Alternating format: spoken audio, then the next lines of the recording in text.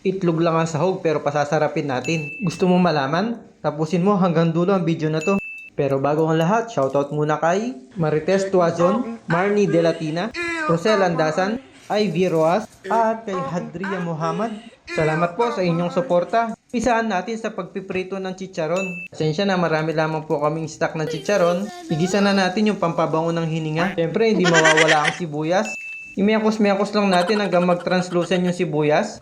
Isunod na natin ang kamatis. Lagay pala ako ng 3 piraso, isa yan sa magpapalasa ng dish na to. Takpan at isimmer muna natin, tapos maglalagay din tayo ng alamang. Imekos-mekos natin, tapos takpan natin at isimmer natin ulit hanggang maluto na yung kamatis.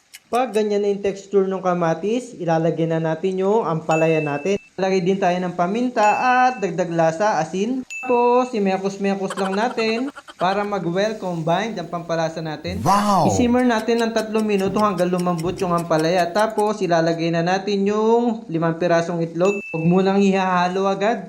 Pag nakita nyo medyo luto na yung itlog, at the same time, pwede nyo nang hihalo.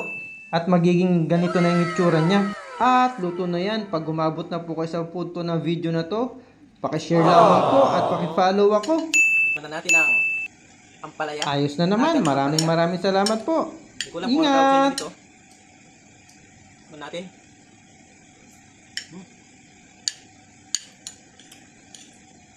Sarap. Walang palit. Ito.